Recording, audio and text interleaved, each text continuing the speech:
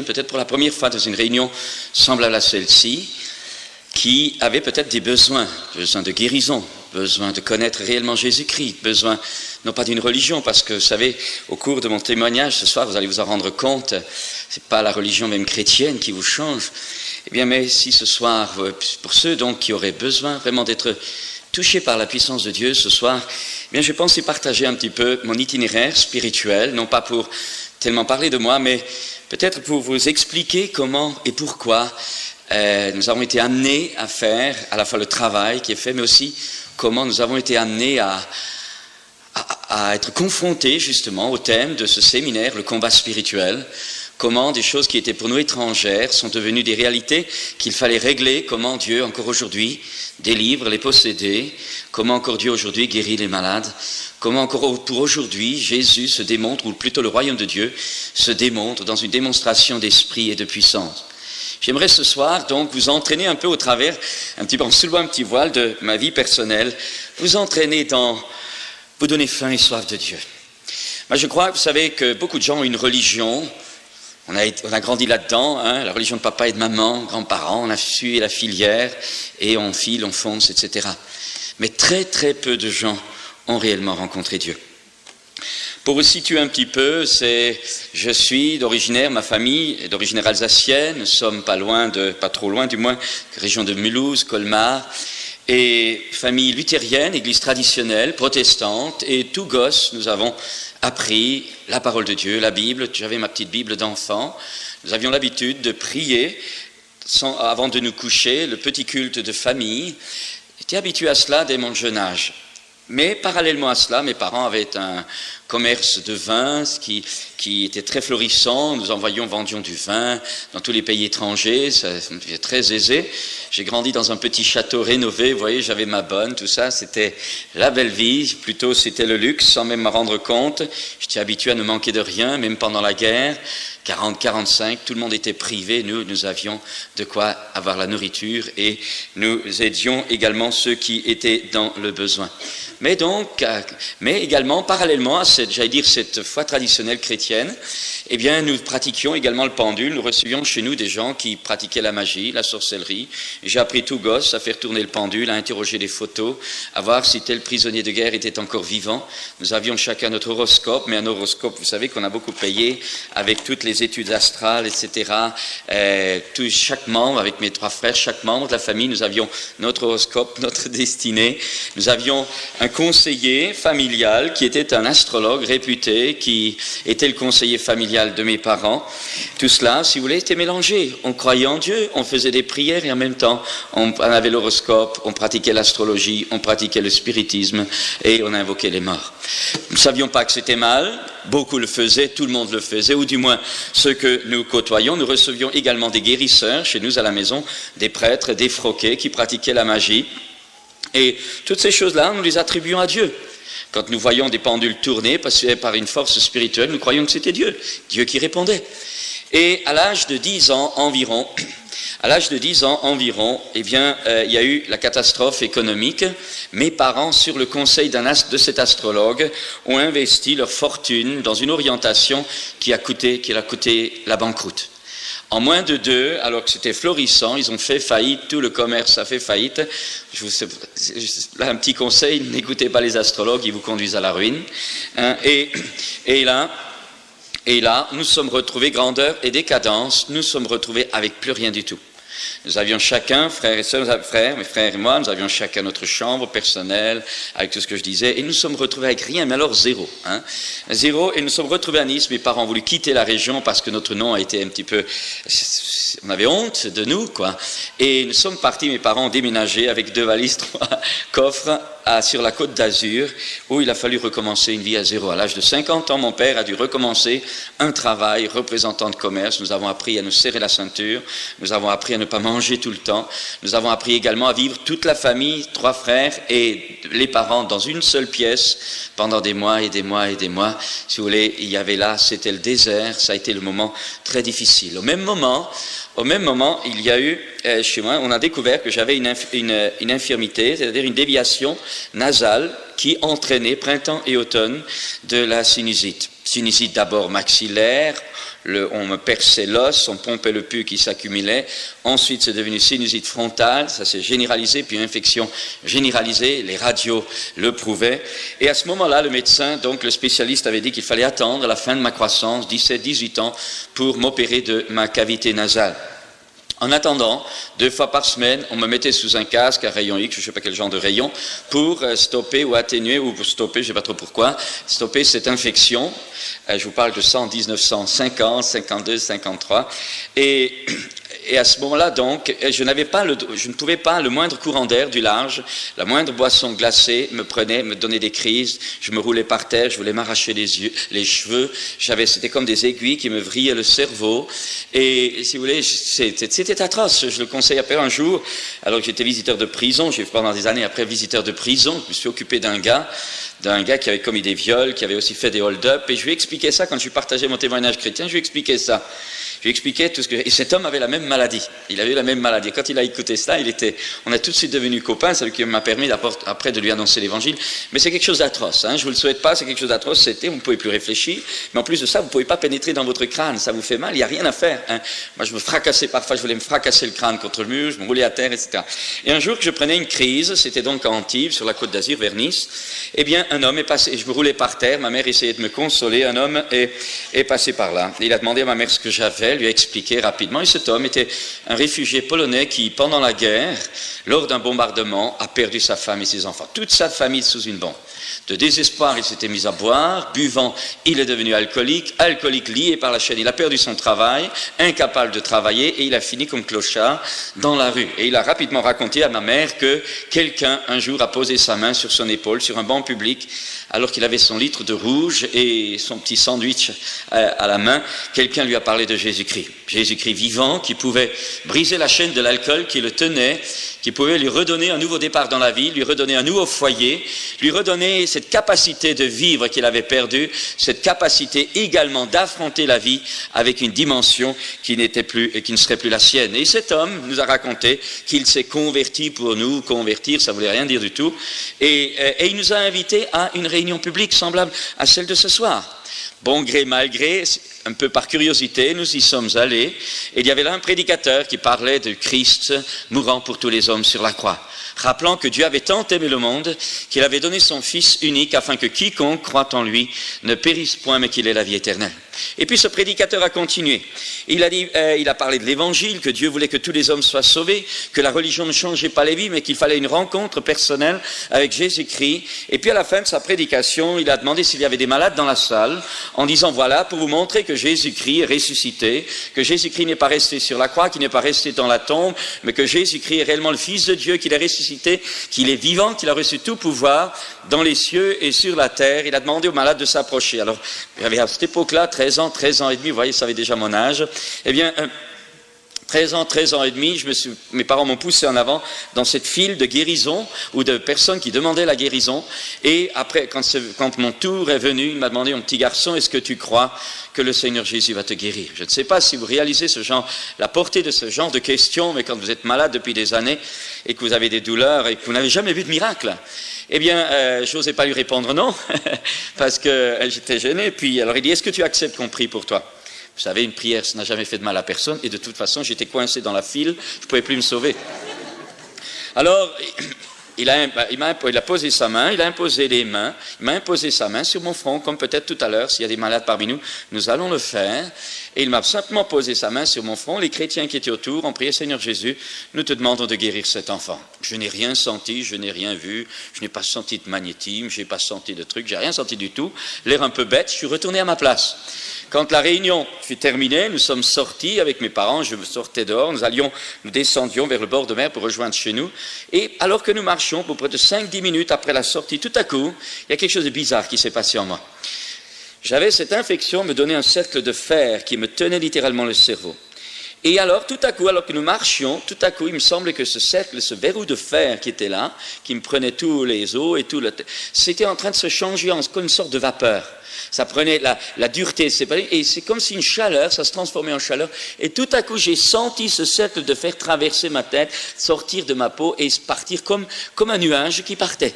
partait, ça sortait. J'ai commencé à bouger la tête, j'avais la nuque bloquée, j'ai commencé à bouger ma tête. Mes parents m'ont dit, qu'est-ce que tu as? Tu as mal? Je dis non, j'ai l'impression que ça part. Effectivement, 20 minutes après, il n'y avait absolument plus rien. Il y avait les radios médicales qui montraient l'infection qui partait d'ici jusque-là. Les radios médicales étaient claires. J'ai été, au bout de 20 minutes, j'ai été totalement guéri. Ça, si vous voulez, je n'ai plus jamais été soigné. Je ne sais même pas si j'ai encore ma déviation nasale. Je sais une chose, c'est que je n'ai plus jamais été soigné. J'étais guéri totalement. Ça a été étonnant. Ça a été ça a été le boom dans la famille. À partir de ce moment-là, nous étions confrontés au miracle. Je me rappelle, mes parents étaient en instance de divorce quand nous avions de l'argent. Vous savez, il ne faut pas croire que l'argent fait le bonheur. Nous avions tout ce qu'il nous fallait, mais je voyais en tant que gosse, j'avais 6, 7 ans, je voyais mes parents se disputer, je voyais les parents parler de divorce, et dans ma foi naïve d'enfant, à moi qu'on avait appris à croire en Jésus-Christ, je priais, je demandais à Dieu de réconcilier mes parents, et je ne voyais aucune réponse. J'ai fait dans ma foi naïve de gosse, j'ai prié, je demandais à Dieu des choses incroyables, je demandais des choses évidentes, je voyais rien. J'ai jamais vu Dieu me répondre. Et voilà que ce jour-là, avec ma guérison, Dieu venait de faire irruption d'une façon surnaturelle dans notre vie, dans notre foyer, dans notre famille. Ça a été le choc. Mes parents sont retournés dans cette église évangélique, semblable à celle d'Orvin, ont commencé à lire la Bible, ont suivi l'enseignement et se sont ensuite passés par les eaux du baptême et sont devenus chrétiens. Moi, je savais maintenant que Dieu existait, je savais qu'il venait de me guérir, mais je n'avais pas du tout envie de le suivre. J'avais dans mon cœur, je savais que Dieu venait de me toucher, mais au fond de moi, j'étais à cette époque-là interne, dans un lycée international à Cannes. Vous savez, à Cannes, très vite, à l'âge de 12 ans, vous êtes un vieillard, par le vice, par le péché, par le mal, par l'impureté, on courait les filles, les surprises parties, etc. Je savais que Dieu existait, mais au fond de moi, je n'avais pas du tout envie, je pensais que j'avais le temps. Au fond de moi, j'avais envie de m'amuser, j'avais envie de vivre la vie à pleine main. Et, si vous voulez, et alors, il y a eu cette contradiction de savoir que Dieu existe, ne pas avoir envie de lui donner sa vie, vivre des choses que j'ai honte maintenant de dire, et en même temps, alors que je suivais mes études, jusqu'au bac d'abord, eh bien, quand il y avait les moments d'examen, quand il y avait les moments où ça chauffait, je pourrais dire, eh bien, je me retrouvais à genoux dans ma chambre d'interne, en train de prier à Dieu, en faisant marchandage avec Dieu. Seigneur, si tu me pardonnes, si tu me donnes le bac, si tu me donnes le brevet, si tu me donnes le deuxième bac, je te donne ma vie. Vous savez, on en fait des promesses à Dieu. Et chaque fois que je réussissais, eh bien, je recommençais.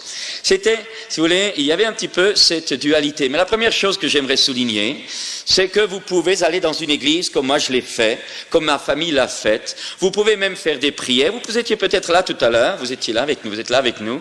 Peut-être avez-vous entendu, peut-être avez-vous lu des chants. Peut-être même croyez-vous que Dieu existe. Peut-être croyez-vous même que Jésus-Christ a existé.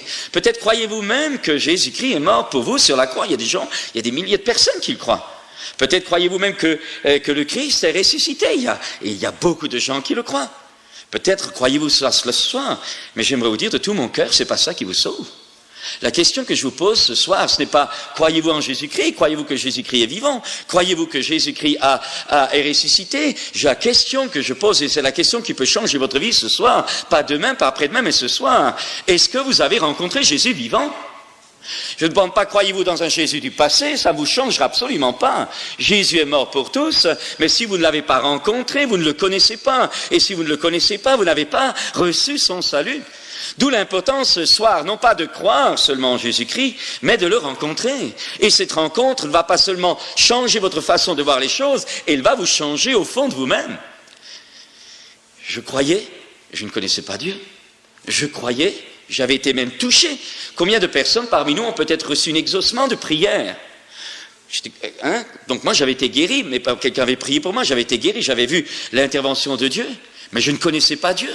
Vous pouvez recevoir des réponses, parfois à certaines prières, la famille a peut-être prié pour vous. Et je crois que chacun d'entre nous, lorsque nous tournons vers Dieu, nous sommes le résultat d'une prière de quelqu'un. Et vous n'êtes pas là ce soir par hasard, parce que des personnes ont prié pour vous. Parce que Dieu a conduit les circonstances de façon à ce que ce soir, vous puissiez entendre, mais aussi recevoir et rencontrer le Christ. Vous pouvez même avoir par la prière de certains, et peut-être à un moment donné par votre propre prière. Je me rappelle, à l'âge de 15 ans, j'ai été perdu dans la neige, abandonné à 5 heures du soir dans une station de ski, complètement perdu. Pris par le froid, gelé, je m'endormais, et j'étais en train de mourir. Hein, c'était en plein, je m'étais perdu dans les pistes, il y avait 3,50 m de neige fraîche, je m'étais égaré et puis j'étais un peu trop présomptueux sur mes capacités de skieur et je me suis perdu. La nuit est tombée, 5h30 du soir, j'étais là, le froid, je ne pouvais plus bouger, j'étais cloué dans la neige, complètement fini. Et là, parce que je savais que Dieu existait, et là, je me suis mis à prier. Et là, alors que, si vous voulez, je n'étais pas changé, là, en train de mourir, au fond de moi, cette petite voix imperceptible de Dieu, cette intuition, cette conscience profonde que chacun d'entre nous peut avoir de Dieu, eh bien, s'est mise à parler. Et c'est là, abandonné, que Dieu m'a dit qu'un jour, je le servirai et que je serai prédicateur de l'Évangile. Je ne sais pas si vous réalisez, humainement condamné, en dehors des pistes, la nuit, plus personne qui peut vous trouver. Et voilà qu'au fond de vous, Dieu vous dit que vous serez prédicateur de l'Évangile.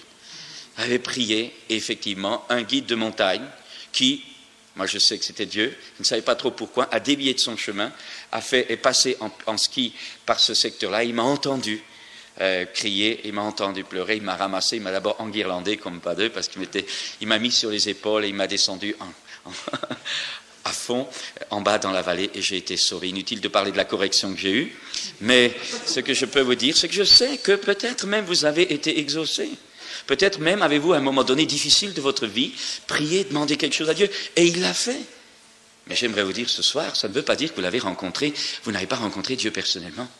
Et ce soir, j'aimerais vous inviter, au travers de ce témoignage, j'aimerais tout à l'heure faire un appel. Chacun d'entre nous ici ce soir, si vous ne connaissez pas Jésus-Christ, vous pouvez le rencontrer. Parce que j'aimerais vous dire que Dieu veut vous rencontrer. Dieu veut, il n'y a pas, Dieu vous aime, Dieu a un plan pour votre vie. C'est nous, souvent, par l'éducation, par nos conceptions, par notre façon de raisonner, par l'héritage culturel, parfois qui est le nôtre, que nous faisons comme une sorte de barrière entre Dieu et nous. Mais Jésus a dit que là où 2 ou 3 sont assemblés en son nom, il est au milieu d'eux, et ce soir, l'Esprit de Dieu est là. Nous avons prié pour que la puissance de Dieu descende sur vous. Nous avons prié que ce soir, les œuvres du malin soient détruites. Nous avons prié ce soir pour que chacun de ceux qui, sincèrement, veulent connaître la vérité, puisse la connaître. Vous savez, j'aimerais vous rassurer, la vérité, ce n'est pas telle ou telle église évangélique. La vérité, c'est pas tel ou tel credo, c'est pas telle ou telle église. C'est ça qui est rassurant. La vérité est une personne, c'est Jésus-Christ. Et ce soir, j'aimerais que l'Esprit de Dieu, nous avons prié pour que l'Esprit de Dieu vous révèle Jésus. Jésus, non seulement pour être sauvé, pour le rencontrer, pour être transformé, peut-être même aussi pour être guéri, pour être aussi libéré. Je ne sais pas ce que Dieu va faire ce soir. C'est lui qui fait le travail. Nous ne sommes pas des guérisseurs, nous n'avons pas de pouvoir. Mais quand lui, il agit, il fait les choses à merveille. Alors, je continue quand même. Donc, je savais que Dieu existait, je n'avais pas du tout envie de le vivre, et puis je suis venu étudiant à Grenoble, j'ai fait droit, j'ai fait sciences politiques, et puis j'ai retrouvé mes copains de la côte, j'ai commencé à fréquenter la petite pègre, boîte de nuit, etc., etc. Je n'insiste pas, et finalement je suis devenu une épave. Je vivais en communauté avec des amis africains, on m'appelait le nègre blanc, j'étais initié à toutes les danses typiques, j'avais la danse dans la peau, c'était ma vie, c'était avec tout ce que ça pouvait dire au niveau des filles, des gars, enfin bref. Et pour m'en sortir de temps en temps, eh bien, on avait toutes sortes d'expédients, du trafic, etc. À l'âge de 23 ans, j'ai failli avoir des ennuis avec la police et ça m'a alerté. J'ai voulu quitter Grenoble pour un temps et avant de disparaître dans la nature, j'ai voulu saluer mes parents, que je n'avais pas vus depuis longtemps, mes parents qui étaient donc devenus chrétiens, qui priaient pour moi et, je mets entre parenthèses, et qui me cassaient les pieds avec Jésus. Alors, avant de disparaître, je suis allé les voir et ma mère, vous savez, les mamans, c'est normal, me disait toujours, donne ta vie à Jésus, tu sais qui t'a guéri. Je dis, fiche-moi la paix avec ton Jésus. J'avais pas du tout envie. Et elle m'a dit, au moins, une fois dans ta vie, fais-nous plaisir, accompagne-nous à un culte. Pour faire plaisir à ma mère, avant de disparaître de la circulation, je les ai accompagnés à un culte, comme il y en a à Orvin ou dans d'autres églises évangéliques. Et là, il y avait 500 personnes, ça se passait à Nice, il y avait à peu près 500 personnes dans cette salle, personne ne connaissait ma vie, et je me suis assis à côté de mes parents et de mon jeune frère, attendant que ça se passe. J'étais là pour ma mère. Pas du tout motivé, croyez-moi. Et puis, les gens ont commencé à chanter, à louer, comme vous venez d'entendre. Bon, je dis, c'est bien pour les vieux, c'est bien pour mes parents, pour leurs vieux jours. J'ai dit, bon, et puis, etc. Mais moi, vous voyez, vraiment pas intéressé. Et puis, tout à coup, mon père s'est mis à parler une langue que je ne comprenais pas. Imaginez un homme, 60 d'années, assis là, et tout à coup se mettre à parler en langue. Moi, mes parents m'avaient parlé, on m'a dit que le jour de la Pentecôte, l'Esprit de Dieu était descendu sur les premiers disciples, hein, et qu'ils, remplis du Saint-Esprit, s'étaient mis à parler en d'autres langues selon que l'Esprit leur donnait de s'exprimer. Et il me dit, tu sais, encore aujourd'hui, les choses se passent. Viens, tu sais, papa, maman, nous prions en langue. Nous. Ouais, je dis, c'est là-dedans que ça se tient. De l'autosuggestion, un petit peu du fanatisme, de l'hystérie. Hein, vous savez, tout ce qu'on est là, blou, blou, blou, on baragouine un petit peu, et on dit que c'est le Saint-Esprit. Vous savez, hein, on en avait vu. Eh bien, moi, je vais cataloguer ça comme ça. Mais quand j'ai entendu et vu mon père, qui était un homme incapable de ce genre, excusez-moi, de transe ou de supercherie ou même de fanatisme, hein, ça m'a interpellé. Mais le plus curieux, c'est que pendant qu'il parlait, il me semblait que ça me concernait. Imaginez que là, je vous parle en alsacien, peut-être les Suisses allemands pourraient comprendre, mais les autres non. Vous sentez que je vous parle, mais vous ne comprenez pas. Eh bien, ça a même effet. Il me semblait qu'il parlait. Ça a duré 1 minute, 2 minutes, pas long. Il y a eu un silence dans cet immense auditoire. Et puis une dame que je ne connais pas, que je n'ai jamais revue, que j'ai jamais vue d'ailleurs, je ne sais pas qui c'est, qui a commencé à dire, tu es là ce matin avec tel et tel problème dans ta vie. J'ai dit, tiens, elle parle à quelqu'un qui a les mêmes problèmes que moi.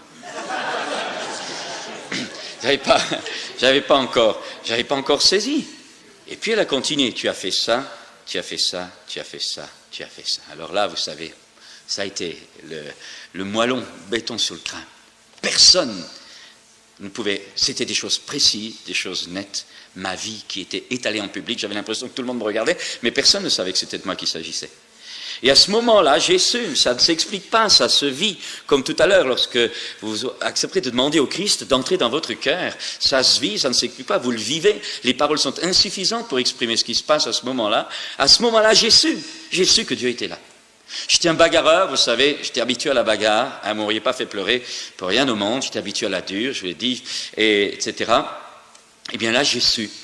Et au même moment où j'ai su que Dieu était là, toute ma vie défilait. Tout le passé, tout ce que Dieu avait fait, les examens, quand il m'avait secouru, des choses incroyables. Cette personne rappelait ça publiquement.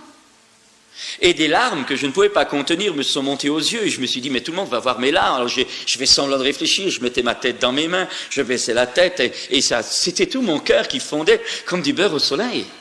Et alors j'ai commencé timidement à parler à Dieu. Mais Seigneur, tu vois, Seigneur, comment veux-tu que je fasse? J'avais volé, j'avais fait toutes sortes de choses, je savais pas travailler depuis des mois de mes 10 doigts, je vivais de toutes sortes d'expédients. J'ai dit, mais comment? Et elle répondait à haute voix. Moi je disais ça dans mon cœur et elle, la personne disait à haute voix, tu dis ça. Mais Dieu ce soir s'engage à t'aider à réparer. Ça a été comme ça, je parlais à l'intérieur, elle répondait à haute voix à l'extérieur. Plus elle répondait, plus je me ratatinais comme une pomme. Et puis, pour ne pas prolonger, et puis ça s'est terminé. Si aujourd'hui, tu laisses le Christ entrer dans la barque de ta vie, il te conduira au port, il te donnera un nouveau départ, il te trouvera du travail, et tu verras la gloire de Dieu. Et là, alors que 3/4 d'heure ou 1 heure auparavant, où je vous aurais rigolé au nez, j'ai capitulé, j'ai craqué. J'ai dit, Seigneur, je te donne ma vie. Quand j'ai eu dit ça, tout s'est arrêté, je me suis levé, l'avion, je suis sorti, je suis revenu à Grenoble, physiquement, je vivais donc en communauté avec mes copains, physiquement j'étais le même gars, mais intérieurement j'étais changé. Ça s'était fait comme ça, sans même m'en rendre compte sur le moment. J'ai commencé à ouvrir une Bible, moi qui trouvais la Bible rasoir, pénible à lire, parce que je préférais les romans policiers. Eh bien, je me suis mis à dévorer la Bible. Soir, matin, la journée, je lisais la Bible. J'ai commencé à vouloir mettre de l'ordre dans ma vie. Je suis allé demander pardon à des gens à qui j'avais fait du mal. Je suis allé restituer de l'argent que j'avais volé. J'ai écrit à des gens à qui j'avais fait du tort. Je suis allé à la police, je suis allé à la douane. J'ai amené du matériel que j'avais passé en fraude. Vous savez, il y a des douaniers qui sont sympas. Je me rappelle, j'avais passé un énorme magnétophone de Suisse, à la frontière suisse. Et quand j'ai voulu changer, je suis allé avec mon immense magnétophone. Je l'ai mis là devant le douanier qui me regardait, me demandant ce qui se passait bien. Et il me dit, mais pourquoi vous n'apportez pas? Je dis, il n'est pas déclaré. Je ne savais pas trop ce qui allait m'arriver. Hein. Il m'a regardé. J'avais amené des vêtements de daim aussi. Disant que j'étais chrétien, que je voulais mettre ces choses en ordre maintenant, que j'avais rencontré Jésus-Christ. Je ne sais pas ce qu'ils ont pensé, hein. Mais il a appelé son collègue, il a dit, tu vois, ce magnétophone, il n'est pas neuf. Vous parlez, il avait 3 mois, bien sûr, il avait 3 mois, il n'était pas neuf, il avait que 3 mois, mais il n'avait jamais servi, il n'est pas neuf. Il dit à son copain, en lui faisant un clin d'œil, l'autre, il dit, non. Et je payais, je ne sais pas, l'équivalent de 150 francs français pour les taxes de douane, pour le matériel de daim, les vêtements de daim, ils m'ont mis des tampons gratuitement, et je n'ai pas eu de poursuite, j'ai rien eu. Dieu m'a aidé à partir de ce moment-là. Et j'aimerais dire qu'à partir de ce moment-là, j'ai vu Dieu répondre à mes prières. Je me suis retrouvé à l'âge de 23 ans, 24 ans, je me suis retrouvé surveillant général dans un lycée de 2000 élèves. Je n'avais pas les diplômes, je n'avais pas fini. J'avais un logement de fonction. À partir de ce moment-là, Dieu me montrait ce que lui pouvait faire. Et ensuite, pendant plusieurs années, j'étais donc dans l'enseignement, plutôt dans l'administration de l'enseignement. Et puis, il y a donc quelques années plus tard, eh bien, j'ai quitté l'enseignement public pour devenir donc serviteur de Dieu à plein temps. Ce que j'aimerais dire, et ensuite les choses sont évoluées encore. J'aimerais dire deux choses. Lorsque ce dimanche matin, je suis rentré à la maison, après ce dimanche matin, quand je suis rentré à la maison à Grenoble, eh bien mes copains, j'ai voulu repartir pour faire plaisir à mes copains dans une boîte de nuit. Au bout de 5 minutes, il a fallu que je sorte. Je ne pouvais plus supporter cette atmosphère. C'était pour moi, la vie chrétienne n'était pas un règlement qu'il fallait suivre. Dieu avait changé mon cœur. J'ai commencé à prier, j'ai commencé à aller dans une église, et c'est là que j'avais entendu l'enseignement qu'il fallait se faire baptiser. J'avais un orgueil incroyable. Je voulais jamais me faire baptiser devant tout le monde. Comment me plonger dans l'eau devant tout le monde? Ça, jamais. Et j'entendais la voix intérieure de ma conscience de part de Dieu qui disait, si tu n'obéis pas, eh bien, tu n'auras pas de part avec Dieu dans les choses de la vie. Et là, je me suis fait baptiser. Et à partir de ce moment-là, eh bien, le travail que Dieu avait pu commencer, eh bien, il a vraiment, c'est comme des tonnes qui sont tombées dans mes épaules. Je me rappelle encore, avant de pénétrer dans les eaux du baptême, alors que je me changeais dans les vestiaires, je me disais, mais qu'est-ce que tu fiches dans cette galère? Qu'est-ce que tu es en train de faire?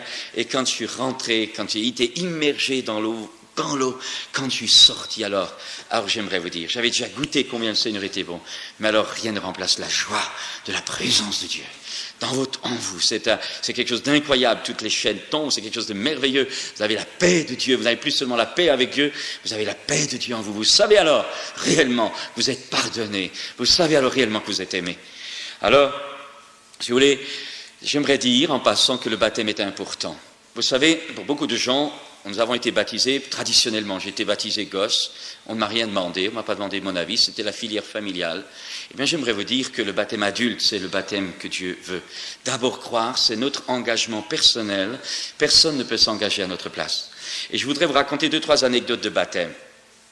Quelque temps de cela, un jeune drogué qui a fait la drogue, la délinquance, tout ce que vous voulez, le corps rempli de tatouages, eh bien, se convertit, on le rencontre, les jeunes le rencontrent, il donne sa vie à Jésus-Christ, et puis il avait sur sa poitrine tatoué, je ne sais pas si vous réalisez, j'appartiens à Satan. Ben, si vous voyez, plein de tatouages partout, mais ça c'était au milieu, hein, avec une bonne tête du diable. Alors imaginez un chrétien qui se balade qui se promène torse nu sur la plage, témoignant de Jésus-Christ, avec ce tatouage. Le pauvre, il essayait, il avait fait des pactes de sang, il avait fait des pactes avec Satan, il essayait. Mais le tatouage, c'était vraiment incrusté, pas moyen.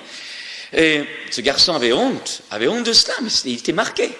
Et le jour du baptême, si vous voulez, il avait donc sa chemise de baptême, et il a prié, et bon, comme demande au baptisé, il priait, on l'a mis dans l'eau, il est sorti de l'eau. Quand il a enlevé sa chemise, tous les tatouages existaient encore, mais le tatouage du milieu, qui marquait Satan, c'est Satan, avait totalement disparu. Prendre un autre exemple pour montrer l'importance du baptême. Il y a une jeune femme, il y a une dame qui avait eu j'étais jeune prédicateur, et il y avait une femme qui avait été atteinte d'un cancer des os. Sa sœur faisait partie de notre église, et quand elle a été condamnée finalement par la médecine, et au dernier moment, elle n'avait jamais voulu venir à l'église, et il a condamné officiellement, eh bien vous savez, on s'accroche à tout, alors elle a accepté que nous allions la voir au travers de l'invitation de sa sœur. On priait pour elle, je ne veux pas rentrer dans les détails, elle a été guérie, et elle est venue à l'église. Son mari avait des hémorroïdes chroniques. Quand il a vu sa femme guérie du cancer des os, vous savez, il a tout de suite voulu qu'on lui impose les mains, qu'on prie pour lui. Alors moi, jeune prédicateur, Dieu vient de guérir un cancer. Alors qu'est-ce que c'est que des hémorroïdes chroniques? Alors jeune prédicateur, je ne parle pas de ceux de Ibeto, je parle chez nous à Grenoble. Eh bien, j'ai imposé les mains, et de toute la force de mes poumons, nom de Jésus, soyez guéris. Et vous savez, résultat, 0. Recommence dimanche prochain, peut-être que Dieu n'était pas au rendez-vous, vous savez. Repris pour cette personne, rien du tout, 3 fois comme ça, rien. Bon, le jour du baptême, cet homme, quand même, décide de se baptiser, et là, publiquement, il dit, je sais que Dieu existe, il a guéri ma femme, je veux lui donner ma vie, on l'a immergé dans l'eau, il est sorti de l'eau, on lui a imposé les mains, instantanément guéri. J'aimerais vous dire que l'obéissance donne. L'obéissance donne. Il y a des gens, ils voudraient monter sur la plus haute des montagnes, mais ne veulent pas obéir aux choses élémentaires que Dieu demeure. Jésus a dit, celui qui croira et qui sera baptisé sera sauvé. Il est important que vous réalisiez ce soir que si pendant que je parle au cours de cette soirée, Dieu vous montre des choses dans votre vie, dans votre cœur, auxquelles vous devez vous plier, acceptez-le avec joie, parce qu'en obéissant ou en écoutant ce que Dieu vous montre, à ce moment-là, en obéissant, vous verrez la gloire de Dieu dans votre vie. Le problème, c'est pas que la main de Dieu est trop courte, Dieu est tout puissant. C'est que nous l'empêchons souvent d'agir dans notre vie parce que, excusez-moi du terme, nous n'avons peut-être pas de pétrole, mais nous avons plein la tête, nous avons des idées. Et le problème, c'est que notre intelligence, nous raisonnons, alors que ceux qui voient le plus de miracles, demandez à nos frères africains, nos amis africains sont beaucoup plus simples. Et ils se cassent pas la tête comme nous, tant qu'on comprend pas, on marche pas. Alors ce que Dieu veut nous montrer, c'est que si tu oses croire à la pensée de ton cœur, si tu oses faire confiance à l'amour de Dieu, si tu oses croire, alors tu verras la gloire de Dieu et vous verrez des choses étonnantes dans votre vie. Il y a des choses qu'on ne peut pas comprendre au moment donné. Osez croire en Dieu ce soir. Osez lui obéir dans ce qu'il vous montre. Peut-être une chose élémentaire, peut-être que tout à l'heure, lorsque je vais faire un appel, vous sentirez dans votre cœur qu'il faut avancer. Alors vous pouvez discuter. Non, je ne bouge pas. Vous pouvez. Chacun est libre. Dieu nous laisse libre. Dieu ne s'impose pas. Mais si vous obéissez à cette voix intérieure de votre conscience, à ce moment-là, vous verrez la puissance de Dieu venir. Parce que Jésus a dit, je ne mettrai pas dehors celui qui vient à moi. Mes amis, l'obéissance est incroyable. Et puis, je ne veux pas tellement continuer, mais je pourrais simplement vous dire qu'après, Dieu m'avait touché, alors j'avais faim de Dieu, j'avais soif de Dieu.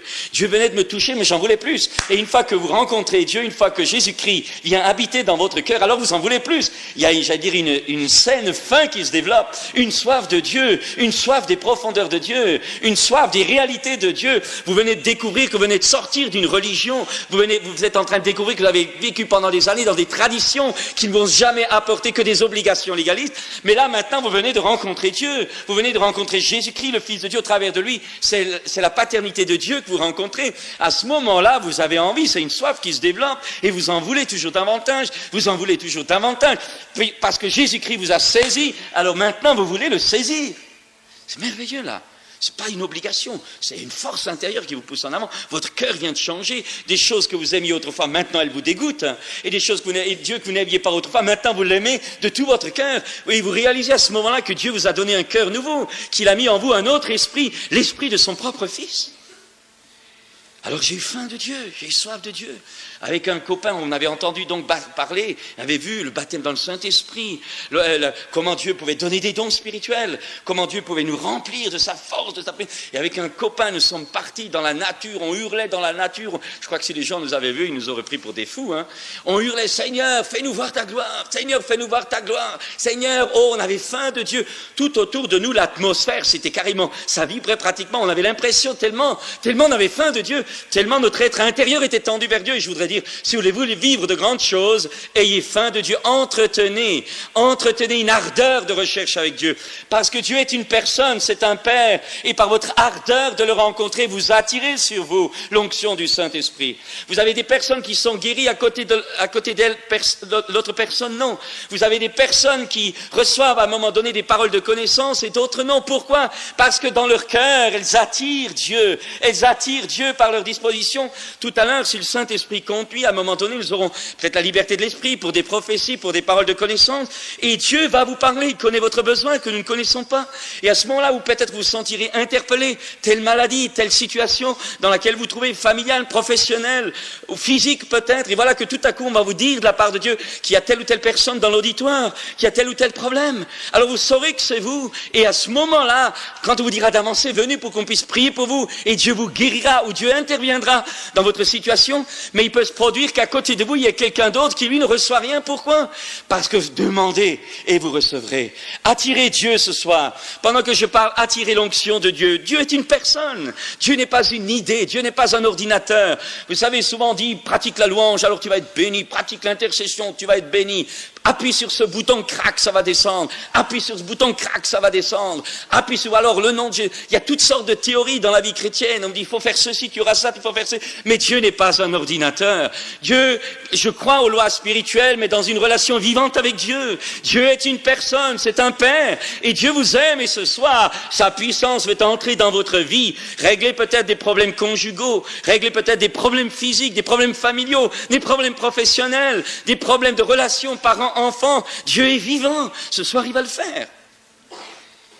Mais ayez faim, ayez soif de Dieu. Alors, je voulais ça. Et puis, à un moment donné, nous étions dans la montagne avec un camp de jeunes. Et j'ai prié, Seigneur, il faut que tu nous touches, il faut que tu nous touches, il faut que tu nous touches. Et à ce moment-là, nous sommes rentrés, pendant 3-4 heures, on était là dans la nature. Nous sommes rentrés le soir sous tente, nous faisions une réunion de jeunes, de jeunesse, c'était un camp de jeunes. Gratter la guitare, etc. Et puis tout à coup, la pluie s'est mise à tomber sur la tente. Et au moment où on a entendu le martèlement de la pluie sur la toile de la tente, la puissance de Dieu est tombée sur nous. Je me rappelle des gars, il y avait des filles, donc toutes nos équipes, plusieurs, on n'était pas projetés à terre, on est tombés à terre, des larmes. Et on chantait en langue, on priait en langue, on louait en langue. Il y avait une joie. Il y avait tous ces gars, tous ces filles sont actuellement dans le service de Dieu. Il y en avait un, vous connaissez peut-être Dany et Moïse, là, les chanteurs, là. Ils étaient là, c'était ma promotion. Et, si vous voulez, il y en a d'autres encore, tout était là, si vous voulez, et on était là. La pluie redoublait, on redoublait. Les chants en langue montaient. La pluie s'arrêtait, tout s'arrêtait. La pluie revenait, on repartait. L'onction venait avec la pluie et partait avec la pluie. C'était incroyable. Vous savez, on était comme ivres. On était là, on s'embrassait, on louait, on était heureux. Dieu venait de répondre à notre prière. La Bible dit que Jésus a dit, c'est Jésus qui a dit, demandez au Père le Saint-Esprit, car le Seigneur donne le Saint-Esprit à ceux qui le lui demandent. Oh, j'aimerais ce soir, pendant que je continue à parler, que dans vos cœurs se lève une prière. Oh, Jésus a dit, si quelqu'un demande, il reçoit. Cherchez, vous trouvez, frappez, et l'on vous ouvrira. J'aimerais vous dire que Dieu est une personne, et si vous le cherchez de tout votre cœur, ce soir, dans votre besoin, dans votre vie, il va venir. Parce que Dieu vous aime. Dieu veut faire ce travail-là. Mais Dieu a besoin que vous soyez d'accord, parce que Dieu ne s'impose pas. L'Esprit de Dieu, c'est cette colombe pure, et cette douceur de colombe qui ne vient que là où c'est propre, et là où la propreté, nous ne sommes jamais propres, mais là où nous voulons qu'il vienne, là où nous disons, Seigneur, moi, par moi-même, j'y arrive pas. Seigneur, par moi-même, je ne peux pas. Mais Seigneur, viens. Oh, que ton esprit vienne. Esprit de Dieu, viens sur nous ce soir. Et pendant que je parle, demande au Saint-Esprit de descendre ici, dans celui avec puissance. Esprit de Dieu, tu viens, nous lions toute puissance d'opposition. Nous confessons la Seigneurie de Jésus-Christ sur ce rassemblement. Et que le ciel soit ouvert. Et que ce soir, les âmes soient sauvées, les corps guéris, les démons chassés. Au nom de Jésus. Au nom de Jésus. Baptême de Saint-Esprit et de feu. Mes tentations parfois revenaient, toute la vie dissolue que j'avais fait, tout cela était là comme qui de temps en temps revenait. Je me rendais compte que j'avais besoin, que finalement j'avais rencontré Dieu, finalement ma vie avait changé, finalement j'aimais Dieu, mais des luttes au fond de moi que je n'arrivais pas à maîtriser étaient là, le mal que je ne voulais pas faire, parfois je le faisais, le bien que je voulais faire, j'arrivais pas toujours à le faire, et en plus de moi, à cause de ma vie dépravée avant, il y avait des pulsions mauvaises qui périodiquement venaient, surtout quand je voulais servir Dieu. Et c'est là que, si vous voulez, c'est là que j'ai découvert que, un jour, alors que nous étions dans notre église, un prédicateur est passé, c'était un missionnaire indien, ou plutôt américain, mais en Inde, qui rentrait, qui était passé à la fraternité chrétienne à Yverdon, et puis qui est venu nous voir à Grenoble, et il avait exprimé ce problème. Les chrétiens ne sont pas libres. Vous savez, moi j'avais demandé, j'avais des luttes, j'avais parfois des douleurs, je ne pouvais pas comprendre. J'avais toutes sortes de manifestations, alors j'allais demander qu'on prie pour moi, alors on m'imposait les mains, on me disait, voilà, maintenant va en paix, Dieu te bénit, va en paix, va en paix, va en paix, il n'y avait pas de paix. Ça allait 5 minutes, ça recommençait, 5 minutes, ça recommençait, 5 minutes, ça recommençait. La nuit, j'avais des obsessions, j'avais parfois des cauchemars, alors je demandais la prière, je demandais l'onction d'huile, puis 5 minutes, ça partit, ça revenait, toujours ça revenait. Voilà cet homme sur l'estrade. Et je priais, mais je disais, Seigneur, quelle est la solution? Je ne savais pas, on ne connaissait rien sur la délivrance, on ne connaissait rien du tout. Et cet homme commence à parler des problèmes, de la magie, de l'occultisme, que bien des gens ont pratiqué, l'horoscope, des choses comme cela. Et il a dit, voilà, ce soir, s'il y a des personnes qui ont pratiqué ces choses-là, et même si vous êtes chrétien, et que vous réalisez que vous ne pouvez pas avancer, que vous réalisez que vous avez des difficultés à lire la Bible, que vous réalisez que lorsque vous priez, vos pensées ont des problèmes, vous réalisez que vous avez des obsessions dans certaines de vos pensées, vous avez des pensées d'impureté que vous n'arrivez pas à maîtriser, que vous avez des pulsions qui vous prennent, qui vous détruisent, eh bien, si vous avez fait ces choses dans votre vie passée, si votre famille les a faites, il nous a invités à avancer. Vous savez, je vais vous dire quelque chose, j'étais petit chrétien, je restais d'ailleurs, eh bien, il y avait à peu près 150 personnes dans cette salle, à peu près cette contenance d'ici ce soir, je ne sais pas, peut-être un peu plus, et il nous a demandé de nous lever. Nous sommes levés, Il a dit maintenant, vous allez confesser tous ces péchés d'occultisme, d'avortement, de magie, etc. à Dieu. Mais il faut que vous le prononciez de vos lèvres, parce que, disait-il, les esprits mauvais doivent l'entendre. Vous allez lever vos bras, quand vous aurez fini, vous baissez vos mains, et je saurai à ce moment-là que c'est terminé. Et alors à mi-voix, de partout dans l'auditoire, les gens confessaient ces péchés d'avortement, d'adultère, d'occultisme, etc. Quand ça a été fini, il a dit maintenant, vous ne priez plus. Je vais demander la protection de Dieu. Il a invoqué le sang de Christ sur cet auditoire, sur les bâtiments. Et ensuite, il a dit maintenant, vous ne priez plus, mais maintenant vous commandez aux puissances qui vous tourmentent de partir. Dites-leur, au nom de Jésus, vous partez. J'étais jeune chrétien. Au moment où cet auditoire a commencé à dire « Au nom de Jésus, Satan du part », cet homme était sur l'estrade, il y avait le traducteur à côté, moi j'étais donc préparation au ministère, j'étais dans le coin de l'estrade. De partout dans la salle, j'ai vu des gens tomber à terre. Des copains rampaient comme des serpents entre les bancs. Il y avait d'autres qui étaient en train de s'étouffer, d'autres des hurlements, etc. Et c'est là que j'ai découvert la délivrance. Si vous voulez, et c'est là que j'ai découvert qu'il y a une différence entre être sauvé et être libre. Et je voudrais dire ce soir, quelle que soit votre vie, parce que je sais que cette région ici, on le sent quand on arrive, cette région est une région d'occultisme. La conjuration pour les bêtes, dans les champs, dans les fermes, toutes les pratiques de guérisseurs, de toutes sortes de gens. Eh bien, toutes ces choses-là auxquelles les gens se sont livrés parce que tout le monde le fait, parce qu'on ne sait pas que c'est mal, parce qu'on pense qu'après tout, c'est même de Dieu, parce qu'il y a des guérisseurs qui vous disent que c'est de la part de Dieu qu'ils le font. J'aimerais dire ce soir que ces choses viennent du malin, et que celui qui pratique ces choses, vous êtes peut-être guéri, vous avez peut-être visité un guérisseur, vous avez peut-être été soigné entre guillemets par ces gens-là, et vous avez été mieux, peut-être même avez-vous été guéri de cette maladie, mais j'aimerais vous dire qu'en réalité il n'y a pas guérison, il y a transfert, vous avez récupéré un autre problème, et alors on découvre une personne qui a été guérie, qui a un enfant anormal qui vient, on découvre qu'il y a de la dépression, on découvre que les affaires vont mal, on voit la maladie qui ne quitte plus la famille, on a été guéri de ça, mais il y a autre chose qui vient. J'aimerais dire ce soir que ce jour-là, j'avais été libéré. On a prié pour moi. Alors cela, en confessant mes péchés toute ma vie de saleté, j'étais devenu chrétien. Mais j'avais mis ma vie en ordre. Mais il y avait des choses là dans ma vie passée qui avaient encore j'avais besoin d'être dégagé de cette oppression qui était sur moi. Mes amis, j'aimerais vous dire ce soir, il y a beaucoup de gens qui sont chrétiens, mais il y en a beaucoup moins qui sont libres. Ce soir, êtes-vous libre? Êtes-vous libre pour être heureux dans la vie chrétienne? Êtes-vous heureux? Sentez-vous la vie de l'esprit? Recevez-vous les pensées de Dieu? Voyez-vous combien le Seigneur est bon? Vous savez, nous avons des sens physiques, mais notre être intérieur aussi, c'est sens. Il y a le sens du goûter, le sens de la vue, le sens de l'odorat. Oh, le goûter. Sentez combien le Seigneur est bon, dit la Bible. Voyez combien le Seigneur est grand. Nous pouvons discerner Dieu. Nous pouvons ce soir entrer en contact avec Dieu. Et si vous êtes déjà chrétien, ce soir, vous pouvez aller dans une dimension nouvelle. Quelque chose que vous n'avez peut-être encore jamais vécu. Pierre avait vu des miracles, Pierre avait vu des prodiges, Pierre avait vu des aveugles voir, des paralytiques marcher dans le ministère de Jésus. Il avait lui-même chassé des démons, mais Pierre n'avait jamais marché sur l'eau. Et voilà que le soir, ou dans cette nuit, alors qu'il est dans la barque avec ses disciples, et qu'il voit Jésus marcher sur l'eau, d'abord il pense que c'est un fantôme comme les autres, c'est la panique et puis Jésus les rassure, n'ayez pas peur, c'est moi. Et là, Pierre a une parole. Seigneur, si c'est toi, dit-il, ordonne que j'aille sur l'eau. Et Jésus lui dit, viens. Cette parole que Jésus prononce a la force pour communiquer la vie et la capacité à Pierre de marcher sur l'eau. Mais ce qui est intéressant, c'est que Pierre voulait toujours plus. Je ne sais pas quelles sont vos expériences jusqu'à ce jour. Quelle est votre dimension chrétienne ou quelle est votre dimension de vie?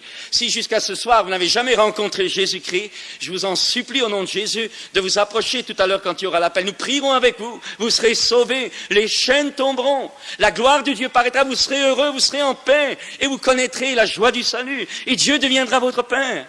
Mais si vous êtes chrétien déjà ce soir, eh bien si vous avez vécu un certain horizon ce soir, je vous propose d'aller plus loin, une dimension nouvelle. La vie chrétienne, c'est d'aller toujours plus loin, de gloire en gloire par l'Esprit de Dieu. Ce soir, je vous propose de sortir de votre barque, de vos limites actuelles, de vos structures actuelles, j'allais dire de vos expériences momentanées. Je vous invite à aller plus loin, à vouloir quelque chose de plus avec Dieu ce soir. Je propose de sortir et de vivre une dimension nouvelle, une plus loin, parce qu'avec Dieu, on peut toujours aller plus loin. Et Jésus te dit, viens. Mais il faudra que toi, tout à l'heure, tu viennes. Non, peut-être pas pour être sauvé, mais si le Seigneur conduit, nous ferons un appel peut-être à ceux qui ont sur leur cœur tel ou tel objectif qu'ils ont reçu de Dieu. À ce moment-là, je demanderai peut-être d'avancer. Quand on priera pour vous, laissez l'onction de Dieu descendre. Et il y aura des communications de dons, communications de vie. Vous savez, comme Pierre est allé à la rencontre de Jésus, ce soir, je vous propose à tous ce soir d'aller à la rencontre de Jésus. Il est là,